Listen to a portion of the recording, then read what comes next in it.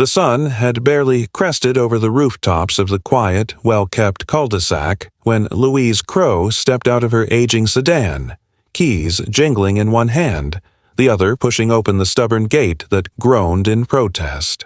It had been over 6 years since she'd walked through that yard, but the smell of sun-warmed pine and the faint aroma of gasoline from the neighbor's ancient mower hit her like a time capsule cracked open. The grass was overgrown, browning in patches, and the wooden ramp installed on the porch looked warped from heat and neglect, but the house still stood sturdy, unmoved by time. Her father, James Crowe, had refused to leave it even after his second stroke left the left side of his body stiff as wood and the right side shaky from age. He didn't believe in assisted living, in caregivers, or in asking for help from anyone who wasn't family. So Louise came back, not because she wanted to, but because she had to. This place wasn't just a house, it was where she and her brother were raised by calloused hands, sharp rules, and the constant aroma of motor oil and coffee. James had once been a machine technician, the kind of man who could fix a gearbox blindfolded, who built his own patio with sweat and cinder blocks. Now he used a cane, moved slowly, and only begrudgingly accepted Louise's help with the stairs. Their reunion was quiet. She didn't hug him when she arrived. He didn't ask why she came. There was no dramatic embrace or emotional breakdown, just the quiet understanding of two people bound by blood and obligation. They spoke over lukewarm coffee and biscuits that crumbled like ash. Louise told him she was staying for a while, and he just nodded once, his mouth thin, his gaze drifting back to the muted television in the corner of the room. The silence between them wasn't cold, but it was dense with years of distance, mutual stubbornness, and the kind of pride that builds walls around pain instead of letting it bleed. The neighborhood hadn't changed much. The same white fences, the same trimmed hedges, a few new mailboxes, the same rhythm of sprinklers hissing in the morning, and, unfortunately, the same neighbor 3 houses down, the woman with the high-pitched voice, the big body, and an even bigger need to control everything around her. Karen Miller had been part of the local property board for years, but in the time Louise had been gone, she'd seemingly crowned herself queen of the entire block. Louise spotted her the first morning, waddling across the street with a clipboard in hand and an oversized sun hat that made her look more like a cartoon than a resident of a sleepy suburb. Karen didn't wave. She didn't smile. She paused, scanned Louise's car with a grimace, and scribbled something down before disappearing behind her trimmed hedges. The ramp had been one of the first problems. It was something Louise had insisted on after the last fall. Nothing fancy, just a sloped platform with a non-slip surface and a handrail strong enough for James to hold onto without fear. Karen knocked that afternoon. She didn't greet, she announced. Her words came in clipped tones, too loud for comfort, like she was performing for an invisible audience. She said the ramp didn't match the aesthetic of the neighborhood and hadn't been reviewed by the local board. Louise, holding a power drill in one hand and sweat trailing down her temple, simply asked if she was serious. Karen didn't answer. She just warned her in that falsely sweet tone, the kind that masks venom with a smile, that it would be unfortunate if an official complaint had to be filed. Louise closed the door before she could finish the sentence. James didn't want to hear about it. "Leave her be," he said, his voice raspy from age and cheap cigarettes. "She likes to bark. Don't mean she bites." But Louise had seen enough to know people like Karen didn't bark without purpose. They barked to draw lines, to mark territory, to test boundaries. And she wasn't about to let anyone draw lines through her father's life. Not when all he wanted was to sit on his porch, drink his bitter coffee, and pretend the world hadn't moved on without him. Karen's next move was smaller, pettier. Louise came out one morning to find the garbage bin moved half a foot to the left and an orange sticker on it. Obstruction to public sidewalk use. There was no sidewalk. There never had been. When she peeled it off, the adhesive tore the lid's plastic. Later that week, a letter arrived from the neighborhood board, a citation about the unauthorized exterior construction of a ramp without prior notification. The envelope didn't have a name on it, just a printed return address. Louise tossed it onto the kitchen counter next to the pill organizer and unopened utilities bill and muttered something under her breath that made James crack a grin for the first time in days. "You always did have a mouth on you," he said. "Just don't let it write checks your body can't cash." Louise wasn't afraid of confrontation. She wasn't hot-headed either. She was methodical, someone who preferred to outthink rather than outshout. But there was something about Karen's smug little power plays, the way she walked like she owned the pavement, how she spoke with that lazy arrogance reserved for people who believed they were the only ones holding the keys to the rules. That got under her skin. And more than that, she knew it wasn't just about the ramp. Karen had her eye on the house. Louise had overheard her on the phone once while walking to the mailbox. That property's got potential. If someone else owned it, maybe it could finally be brought up to code. Louise hadn't said anything then, but she remembered. Still, James refused to escalate. He didn't want Louise to file any reports or make any noise. "We don't need drama," he said. "We've got enough going on." And Louise, despite everything, respected that. This was his home, his space, and she wasn't about to turn it into a battleground if he didn't want one.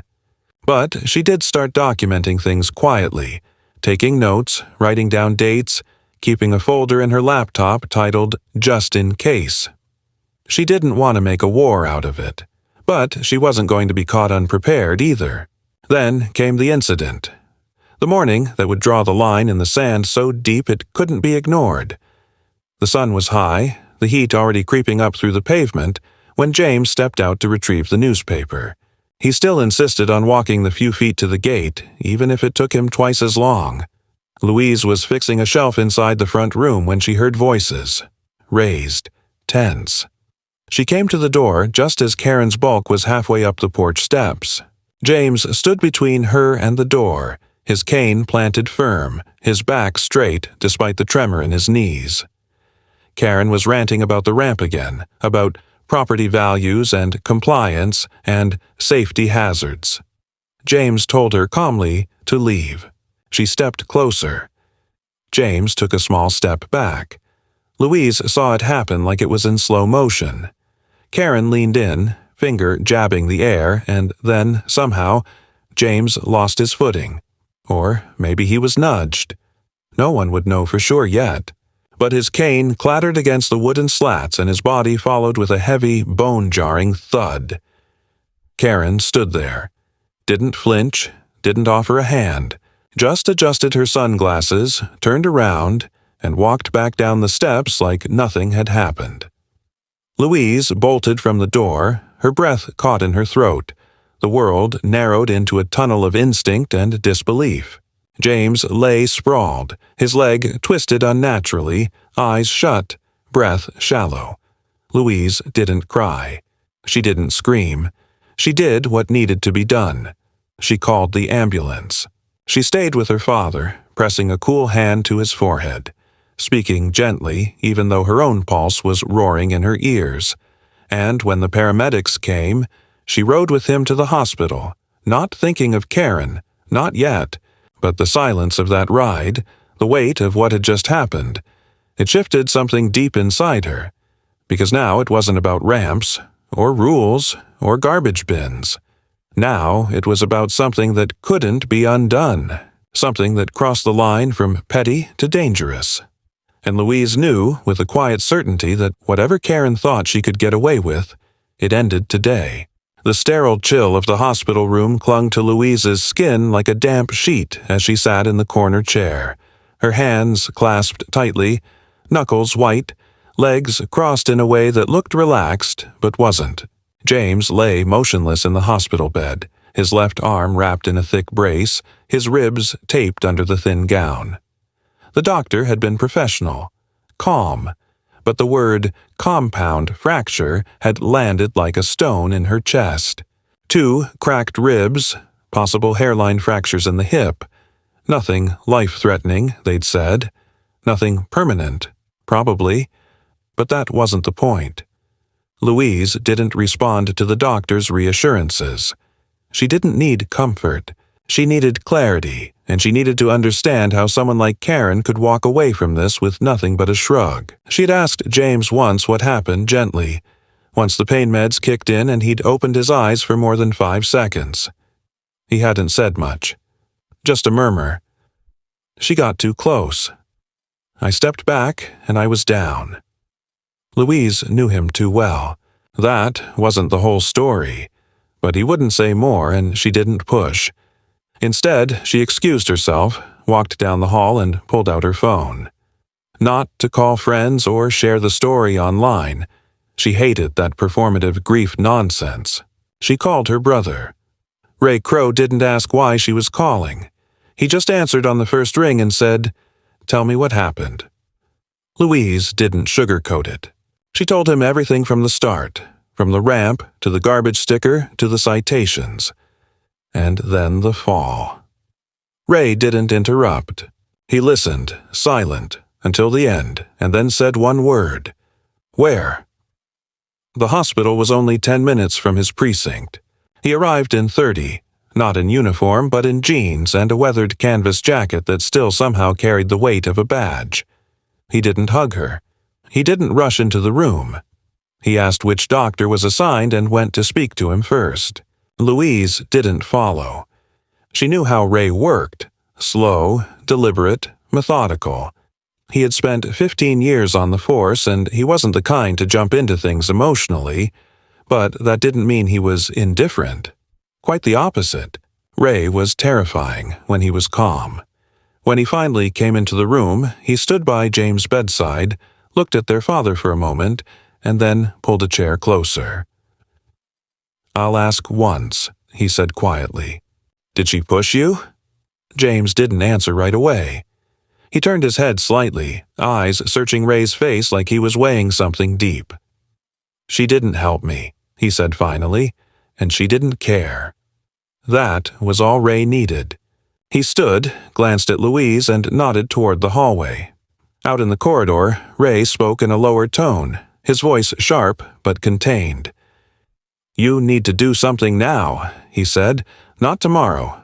Not next week. This has to go on record. You're not reporting a neighbor. You're reporting an assault on a disabled man. There's no ambiguity here." Louise nodded. She already knew. She had taken pictures of the porch, the position of the cane, the broken railing slat that cracked when James fell. She had even recorded a quick audio note of her first conversation with the attending nurse, just in case.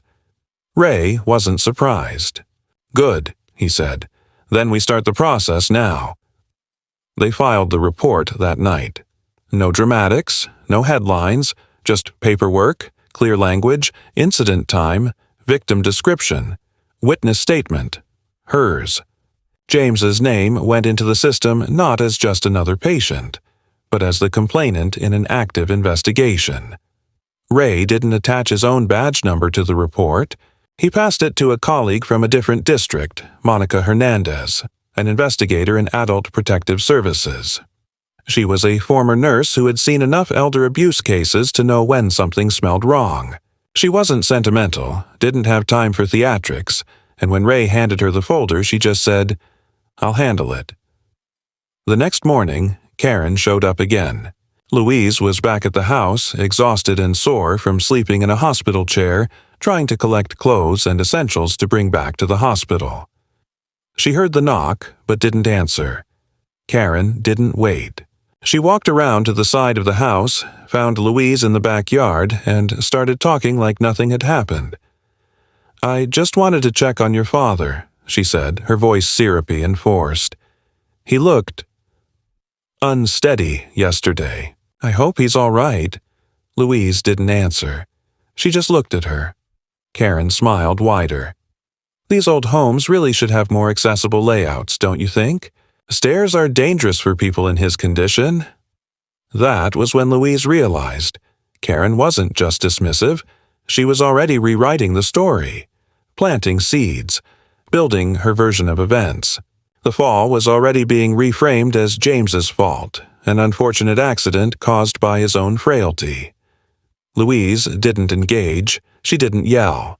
She just turned and walked inside, leaving Karen standing in the yard, still smiling. That afternoon, she forwarded everything to Monica: photos, notes, timestamps, even a list of Karen's previous complaints. Monica responded with a single line: "I'm scheduling a preliminary interview with your father." Louise didn't ask what that meant. She just felt the knot in her chest loosen slightly. The next 48 hours passed in a fog of procedures and bureaucracy. Monica met with James, asked questions in a calm, measured tone, and didn't push when he paused or deflected. Instead, she asked about routines, about neighbors, about previous incidents. She didn't ask, "Did she push you?" She asked, "Did you feel safe on your porch?" James hesitated, then shook his head. It wasn't a confession. It wasn't dramatic, but it was enough.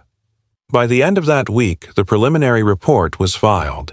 Monica noted the likelihood of intimidation, a pattern of neighborhood harassment, and deliberate verbal escalation in the presence of an at-risk individual.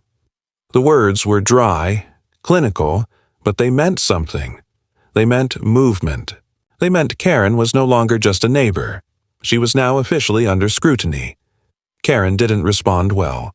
The very next day, a letter arrived at the house, unsigned but clearly official, printed on the same kind of stationery used by the neighborhood association.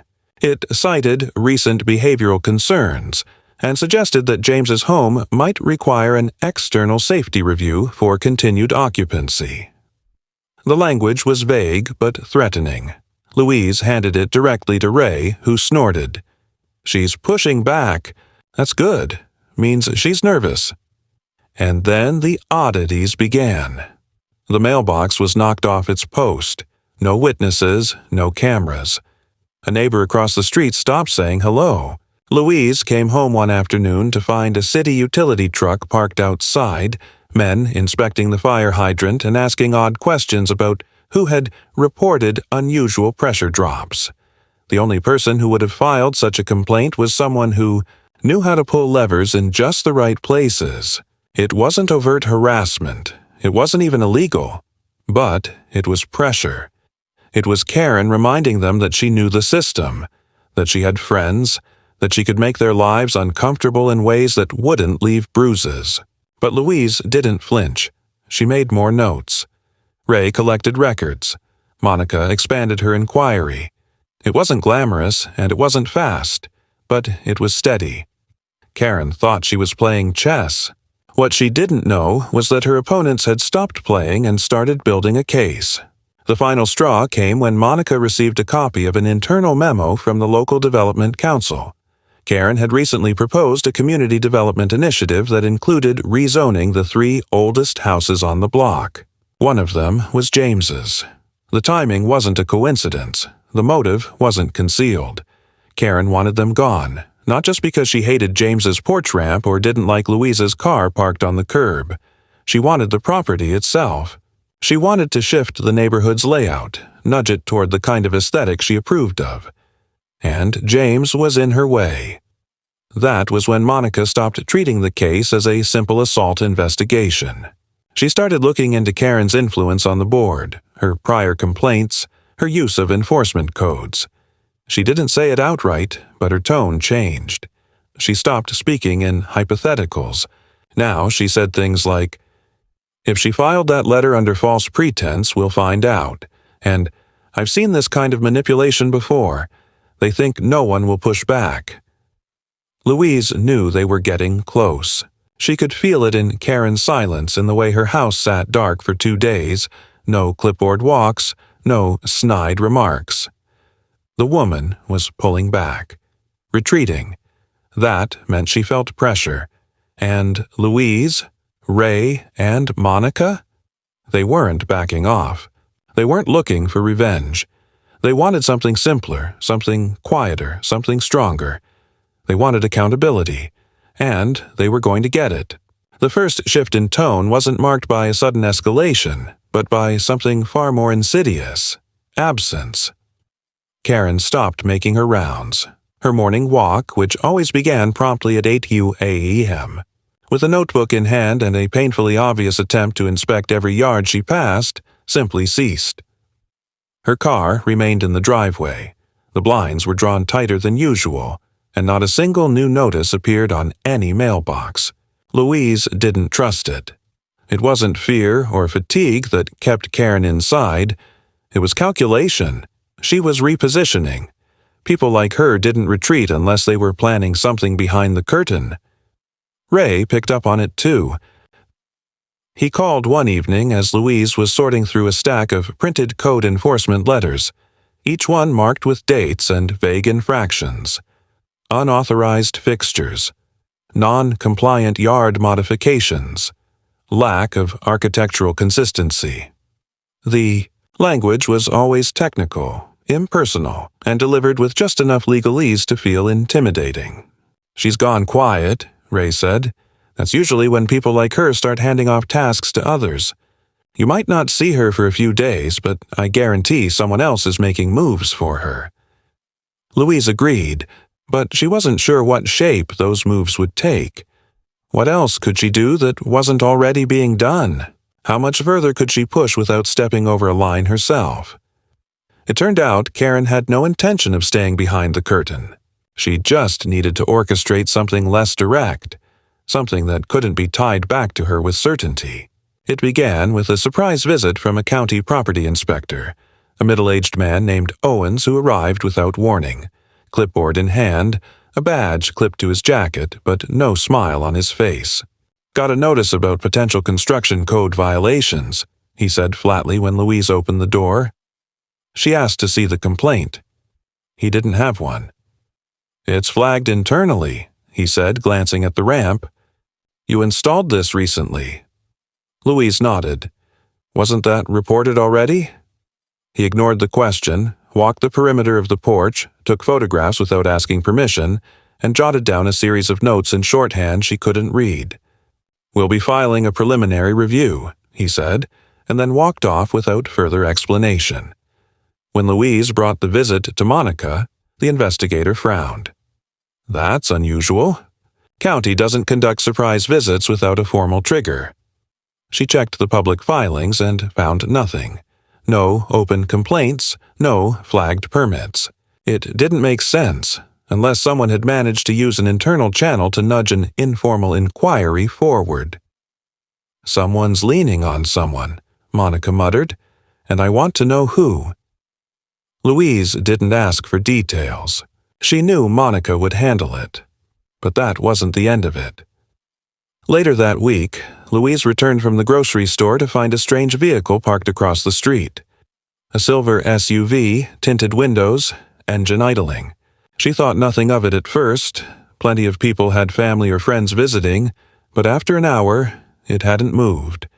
She walked out, stared directly at it. The car drove away. The next day, it came back. Then again the day after.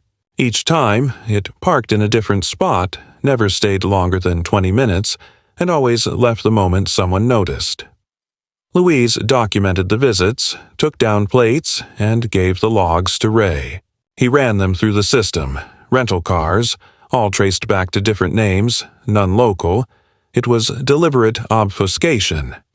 Someone was watching. James didn't like it. "Feels like I'm back on the damn docks again," he muttered. He didn't go into detail, but Louise knew what he meant.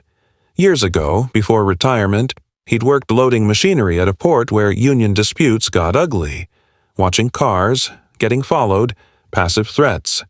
It wasn't new to him, but it was new to her, and it was exhausting. Ray remained calm, but even he began to press harder on internal channels. Monica filed an official request for surveillance harassment, knowing full well it likely wouldn't lead to charges, but it would add to the record. Every piece mattered now. Every visit, every subtle threat, every unexplained inspection, it all built the pattern. Karen resurfaced just as they'd expected, not in person, but in paperwork. A new petition was filed with the neighborhood board, unsigned publicly but clearly orchestrated, demanding a revision to zoning protocols related to residential safety risks. It targeted properties with unapproved additions or alterations lacking board consensus, which conveniently described only 3 homes on the street. The Crow residence was one of them. The petition argued that such modifications lowered communal value, increased liability risk, and invited legal scrutiny from insurance entities. It was layered in legal language, presented as community-focused, but it was a clear attempt to codify James's ramp, his porch, and his home as a violation. Louise wasn't shocked, but James was tired. He didn't say much when she told him. He simply looked away, eyes tracking something invisible through the window. "They want us to give up," he said finally, "because they know they can't push us out any other way." It was the first time he'd admitted the emotional toll out loud. Until then, he had maintained that slow-burning defiance, the kind that keeps older men upright even when their bodies tell them to sit down. But even that had limits. Louise, however, was just getting sharper. She compiled everything: the petition, the SUV sightings, the surprise inspection, the zoning language, the pattern of citations. Monica integrated it into her case file. Ray sent inquiries to the state's elder abuse unit. None of it was dramatic. No arrests. No headlines. But the system was moving. That was what made people like Karen panic. Sure enough, the panic showed. 2 days after the zoning proposal hit circulation, Louise came out to her front yard to find her father's garden torn up. It wasn't vandalism in the typical sense, no spray paint, no broken glass. But every raised bed had been slashed open, the soil scattered, tomato stakes snapped, irrigation tubing cut. It was quiet destruction, the kind meant to say, "This is your warning." James found her standing over the mess, fists clenched, and said nothing for several minutes. Then, "You call Ray. You tell him this isn't about me anymore." That evening, Ray arrived in uniform. It wasn't for intimidation. It was for presence. He stood on the porch, arms crossed, cruiser parked in front of the house, lights off, but visible. Karen watched from her window across the street. Ray didn't look at her. He wasn't there to threaten. He was there to let her know they weren't afraid. Monica came by the next morning, walked the garden, documented everything, added it to the growing case file. She didn't promise results. She just said, "She's getting sloppy. That's how people like this make mistakes." Louise didn't know what mistake Karen would make next, but she felt it coming. The kind of mistake that happens when someone loses control of their narrative, when intimidation fails, and all that's left is desperation, disguised as policy. And sure enough, Karen gave them exactly what they needed. Not a confession. Not a threat. A lie.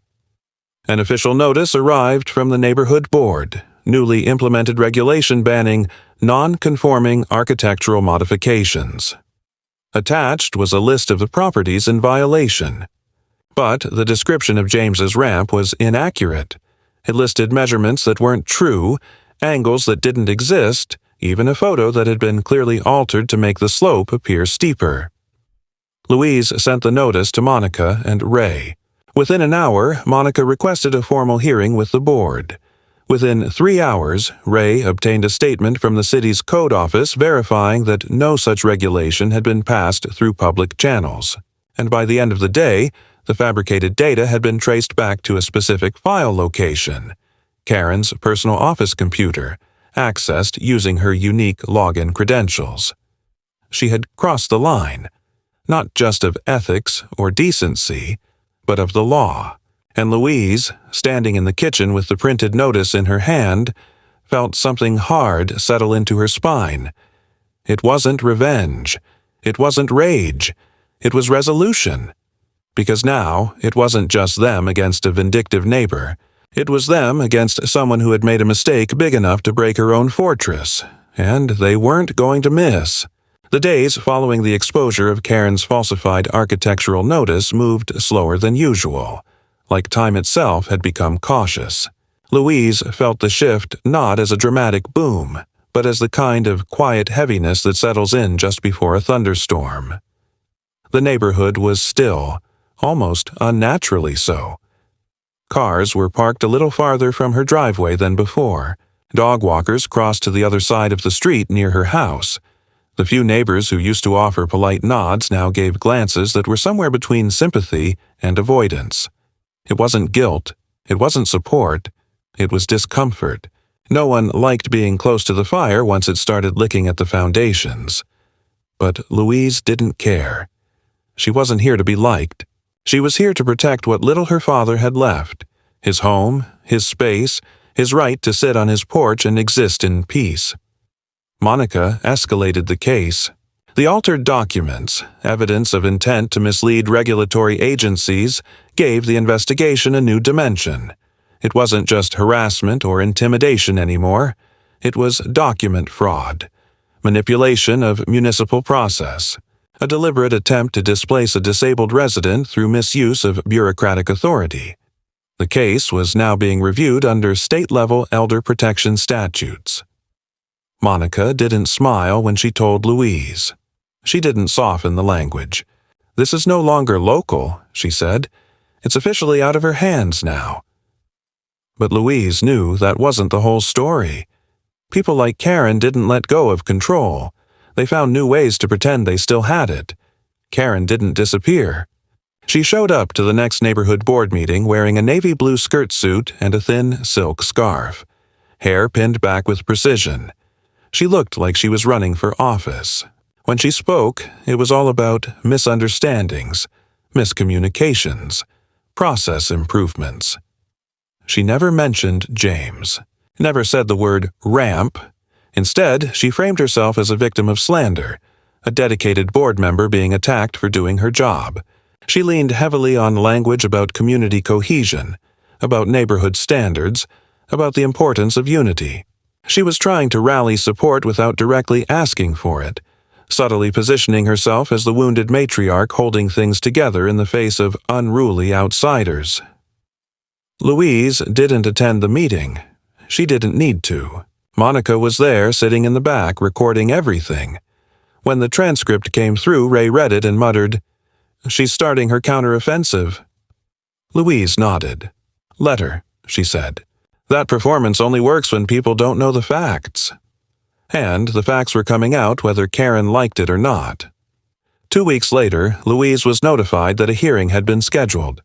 Not a trial, not a formal courtroom setting, but a city administrative panel to review the zoning complaint, the falsified documents, and the broader pattern of regulatory abuse. Karen had been invited to provide a statement. James had been asked to attend, though not required to speak. Monica would be presenting her report. Ray would be there too, not as a witness, but in quiet support, observing and taking note of who said what and how. The morning of the hearing, James insisted on dressing himself. He moved slower than ever, buttoning his shirt with fingers that still curled involuntarily, one at a time, with the patience of a man who had lost too much time to hospital gowns and needed to reclaim at least this one thing. Louise didn't offer to help. She sat nearby, watching, ready in case he asked, but letting him fight the little battle in peace. When they left the house, he walked to the car with a steadiness that made her eyes sting, but she blinked it away. The panel was held in a bland municipal building with beige walls and gray carpet that smelled faintly of mildew and old coffee. The 3 reviewers were seated behind a long table, middle-aged professionals with the blank expressions of people who'd seen too many petty disputes and not enough real justice. Monica was composed, her notes perfectly organized. She presented the timeline, the letters, the surveillance concerns, the false documentation, and the zoning abuse. She spoke not like someone trying to convince, but like someone stating inevitable conclusions. Her tone was calm, her words precise. She didn't embellish. She didn't need to. The facts were enough. Karen spoke next. Her tone was defensive but rehearsed.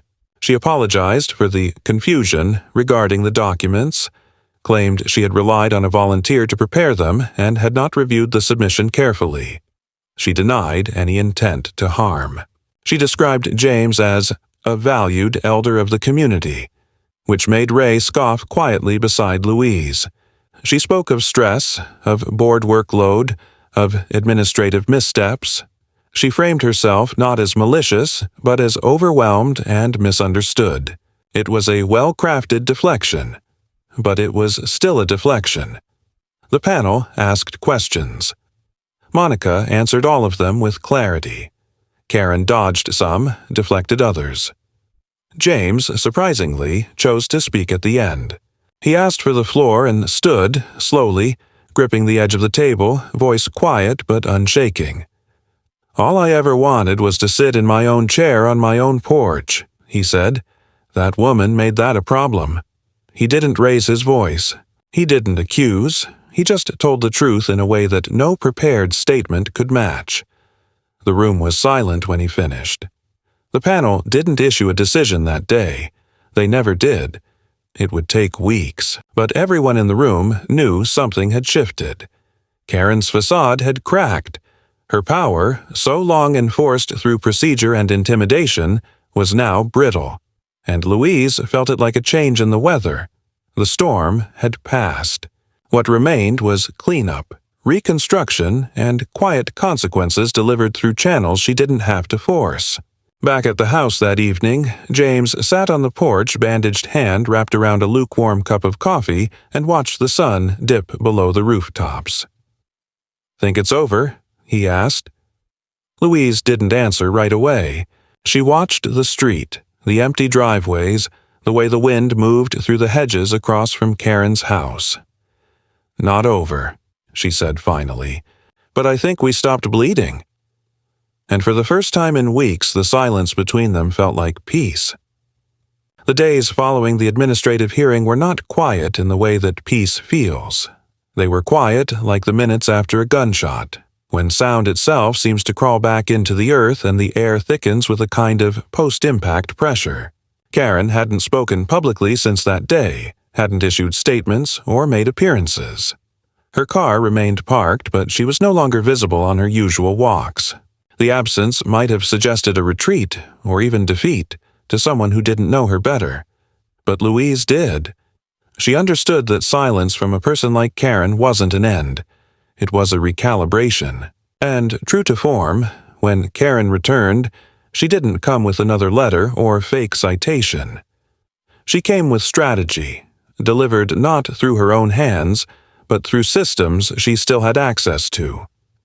It started with a late-night knock, not aggressive, not panicked, just a soft tap on the front door like someone trying to be polite in the dark. Louise opened it and found two uniformed officers standing on the porch, one with a clipboard, the other with a neutral expression that immediately triggered a chill at the base of her spine. They weren't local police. They were city compliance officers, sent to perform a site verification in response to an anonymous report of a fire hazard on the property. "Which hazard?" Louise asked. The man with the clipboard glanced down, adjusted his glasses, and said flatly, "Improper storage of flammable materials under residential decking." It was absurd. There was nothing under the deck but concrete, old leaves, and the occasional squirrel. But procedure demanded inspection. Louise let them look. They checked, made notes, and left. No citation was issued. But that wasn't the point. It was a warning shot, technically clean, legally permissible, and emotionally disruptive. Ray confirmed it the next morning after reviewing the report number. The complaint had come through an open channel, one that didn't require identification from the submitter. "She's learned to let the systems do the work," he said. "Now she's using institutional friction as a weapon." Louise didn't flinch. She made more notes. She started sleeping with her phone next to her and an external hard drive plugged in, backing up everything because if this was how Karen wanted to play it, then every page, every line, every minute had to be captured. But the next strike didn't come as another inspection. It came as something worse: community weaponization. Flyers began to appear around the neighborhood, not in mailboxes, which would have made it a federal offense, but taped to lampposts, pinned on the community bulletin board near the park slipped under windshield wipers. They weren't signed. They weren't direct attacks. They were framed as concerned citizen notices, warning that certain residents were engaging in litigious behavior that could jeopardize the community's financial standing. The language was passive, insinuating, and wrapped in enough vagueness to avoid liability. But it didn't need to name names. Everyone knew who it was about. Louise took down every flyer she saw, not out of panic, but because she refused to let lies become decor in the neighborhood. Monica, meanwhile, was already in motion. She'd predicted this move weeks earlier and had begun quietly contacting other residents who had filed complaints or grievances against Karen in the past. Most were reluctant to speak, afraid of retaliation, worried about reputations. But one finally agreed. A woman who had once served on the board and had left without explanation. She didn't want her name public, but she gave Monica an internal memo from 2 years prior, one where Karen had suggested reallocating community maintenance funds toward aesthetic reformation, a thinly veiled term for forcing older properties into compliance or pushing owners out. That memo, coupled with the flyers and zoning manipulation, turned Monica's case into something larger than harassment. It became a case study in abuse of organizational authority. Karen, sensing the momentum building against her, tried one more angle, an emergency board session called under the premise of preserving community unity and values. The notice went out late, the meeting announced for a Monday morning when most people were at work, clearly designed to limit attendance. But Ray had eyes on the schedule. He informed Monica. Monica informed Louise. And when the meeting opened, Karen was met not by the usual smattering of nodding heads, but by 3 unexpected attendees. Monica in a professional Navy suit, Ray in uniform without the badge showing, and Louise, tired, quiet, but alert. Karen's expression when she saw them didn't change at first, but there was a stiffness to her mouth that hadn't been there before, a tightness in her posture that betrayed nerves. She opened the meeting with polished words about unity, order, community stability. She framed the recent issues as unfortunate conflicts stemming from personal misinterpretations and positioned herself as the one working hardest to maintain peace. Monica waited until she was finished before requesting to speak. Karen tried to deny the request, but one of the board members overruled her, citing the presence of state investigators. Monica didn't raise her voice. She simply listed the documented incidents: zoning irregularities, unauthorized policy drafts, false citations, anonymous harassment complaints, and the misuse of board authority to influence code enforcement. She concluded with a brief summary of witness statements and the ongoing inquiry into procedural corruption. When she finished, there was no applause, no shouts, just silence. Karen attempted to respond, but the words didn't come easily. Her sentences were clipped, defensive, not the controlled monologue she usually performed. She stammered, she backpedaled, she repeated herself. And in those moments, the illusion of control she'd so carefully crafted began to fracture under its own weight. After the meeting, Karen didn't speak to anyone. She left through the side door, not the front. Ray watched her go, arms crossed, saying nothing. Monica turned to Louise and simply said, "She knows it's over." But even then, they didn't let their guard down. Because someone like Karen didn't need a position to cause harm. All she needed was time and an open path, and they weren't going to give her either. 3 nights later, the final escalation arrived, not in the form of a notice, not with a knock, but with a sound. Louise awoke to the sharp crack of glass shattering. She shot up, heart in her throat, and rushed toward the sound. The front window had been broken. A large stone lay on the floor amid shards, wrapped in a rag. No note, no message. Just destruction. James was unharmed, shaken, but not hurt. Louise called the police. This time, not Ray. This time, officially. The report was taken. fingerprints were lifted. Surveillance footage from a neighbor's camera, which had never been shared before, was suddenly volunteered. The figure wasn't identifiable, but the car was. It was the same SUV seen idling on their street weeks prior, the one Ray had traced to a rental with rotating names. Monica folded the incident into her report, and Ray contacted Internal Affairs for deeper investigative support. Now, it wasn't just harassment. It was criminal intimidation. Louise stayed awake that night, sitting in the armchair with a blanket and a mug of coffee gone cold. James had gone back to sleep, exhausted by adrenaline and age. She stared at the broken window, the plywood now covering the space, and thought of everything they'd endured. Each notice, each threat, each quiet assault wrapped in protocol and process. And she felt no rage, only clarity. Karen's power had never been about strength. It had been about assumption. Her assumption that no one would fight back, that her status, her voice, her history of involvement would be enough to insulate her. But she had misjudged Louise. She had misjudged Ray, and she had underestimated Monica. Now it was no longer about pushing back. Now it was about taking it all down. The culmination didn't come with flashing lights or a loud public shaming. No dramatic takedown in the middle of the street. No handcuffs clicked in full view of the neighborhood. It arrived the way most things of substance do, in a quiet, sharply lit office with closed doors, neutral carpeting, and the sound of legal documents being unsealed. Ray knew the call was coming when it did. He'd been watching the slow escalation of events with the patience of someone who understood how institutions grind forward, not in leaps, but in pressure and build-up. When the email landed in Monica's inbox, stamped with a seal and the name of the district attorney's office, no one cheered. They simply looked at each other and nodded.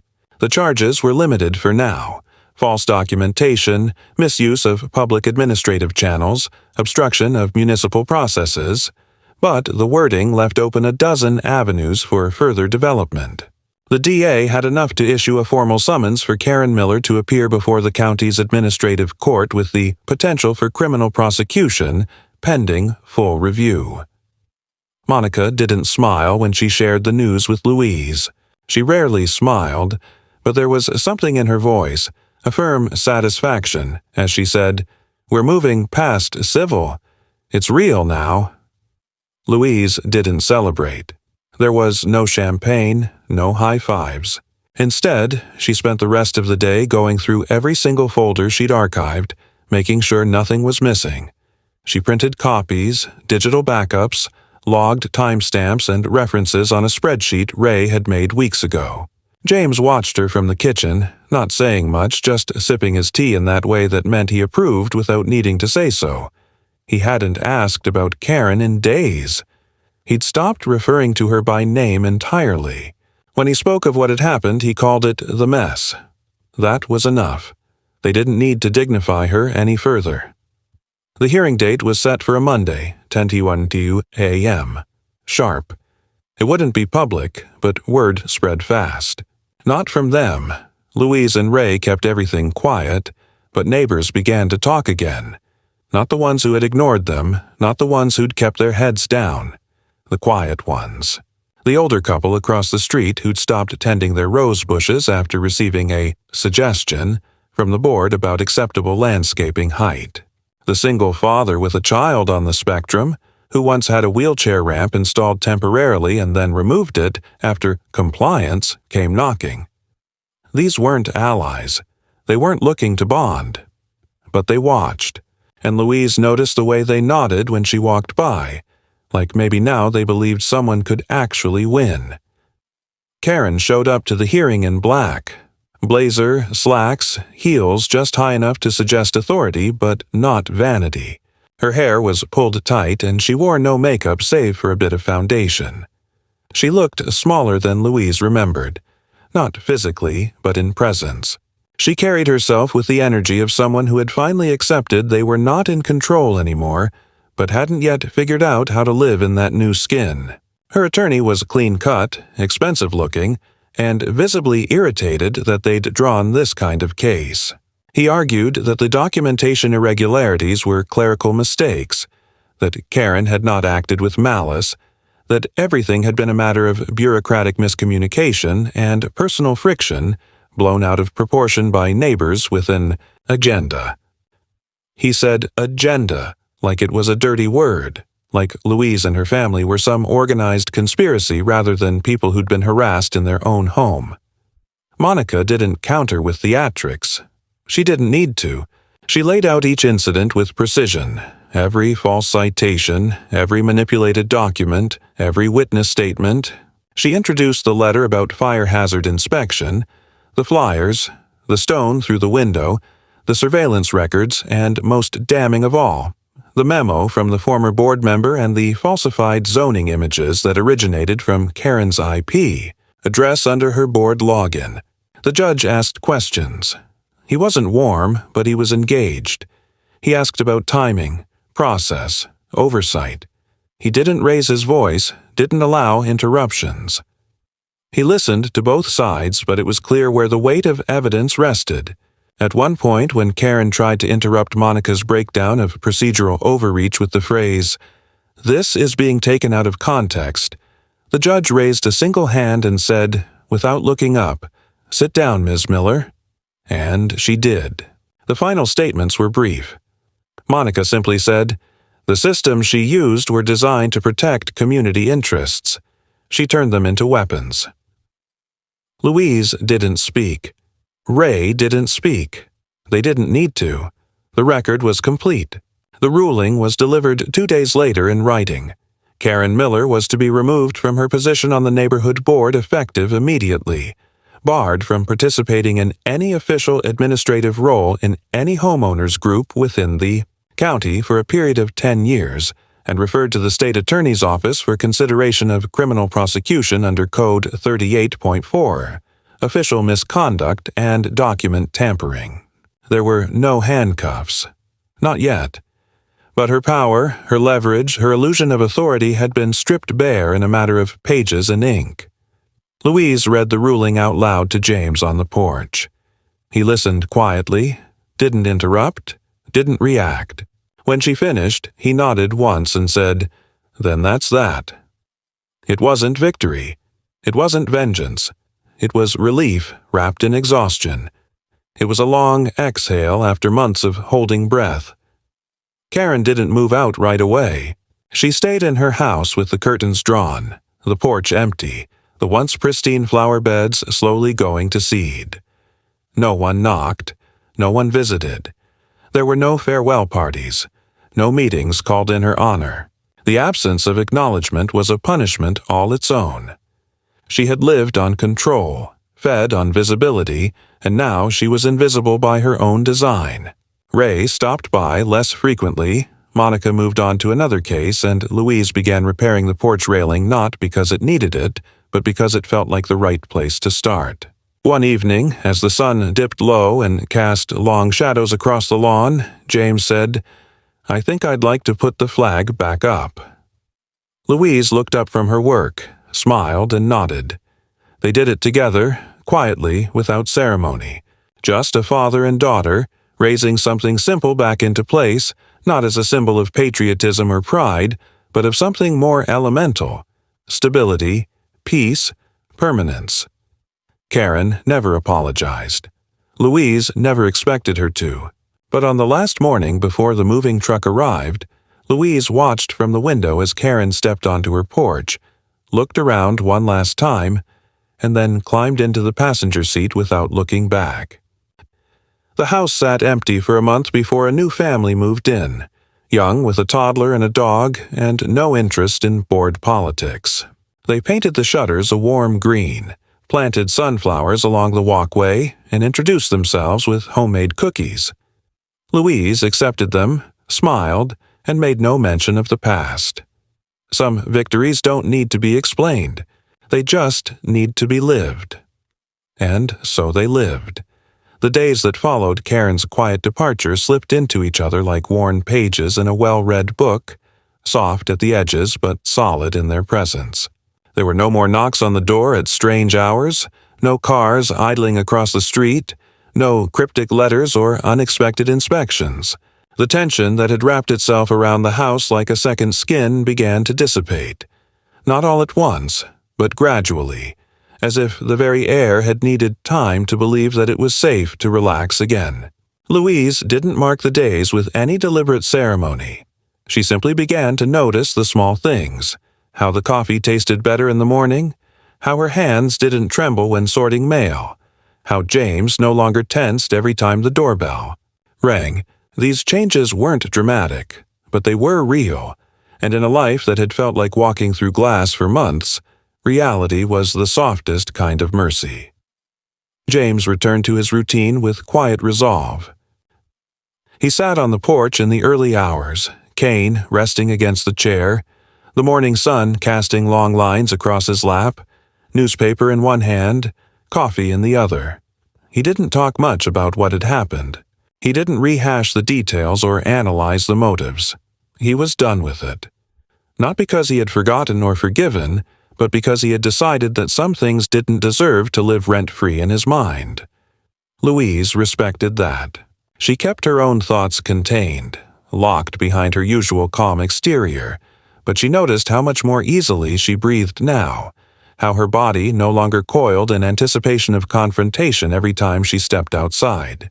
The porch railing was fully repaired within a week. Louise didn't rush it.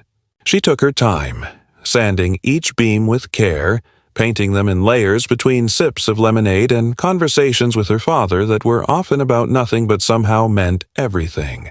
It wasn't about fixing wood. It was about reclaiming space, about reasserting presence after so much time spent defending it. The neighborhood, too, seemed to find its balance again. People began waving again, hesitantly at first, then with growing confidence. A few even offered quiet nods of apology, the kind that don't need words to be understood. Louise didn't hold grudges. She didn't forget, but she didn't drag the past into every new encounter either. What mattered was that it was over, and that they had weathered it without losing who they were. Ray returned to his beat with the same focus he always had, but Louise noticed he came by more often now. Not always in uniform, sometimes just to sit with James and talk about things like baseball or the price of lumber or the sorry state of local politics. He didn't bring up the case, he didn't need to. His presence was enough. It was a reminder that family held, that protection didn't always come with flashing lights and raised voices.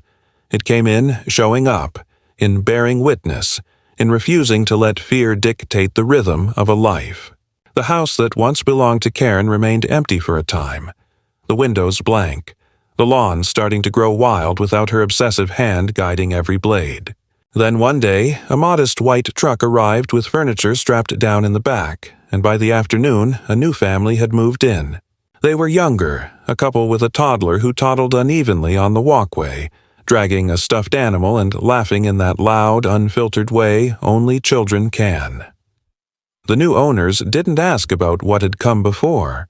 They introduced themselves with baked goods and offers to help with anything needed. Louise accepted the gesture with a simple smile, grateful not for the cookies, but for the absence of calculation in their eyes.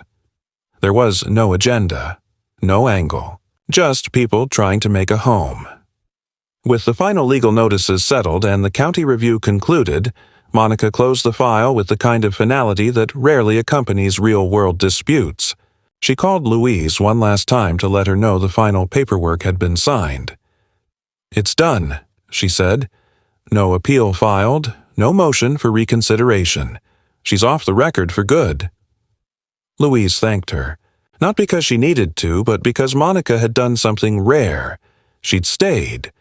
She hadn't walked away when it got messy or politically inconvenient, and in a world full of people too eager to wash their hands, that mattered.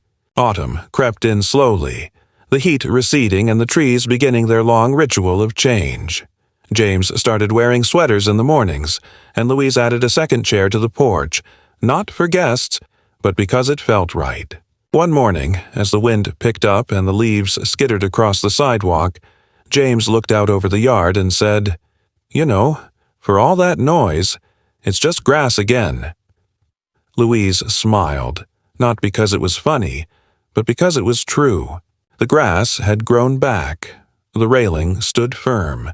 The porch light worked again, and inside those quiet details was a victory far more meaningful than any ruling or citation could provide. They didn't throw a party. There were no speeches or declarations. Just dinner on the porch, the sounds of the neighborhood returning to something close to normal, and the knowledge that they had endured, that they hadn't been driven out, that they hadn't been broken, and that, in the end, when someone tried to take what was theirs, not just property, but peace, dignity, space, they had stood up and held it with both hands, and they would again if they had to. But now they could rest.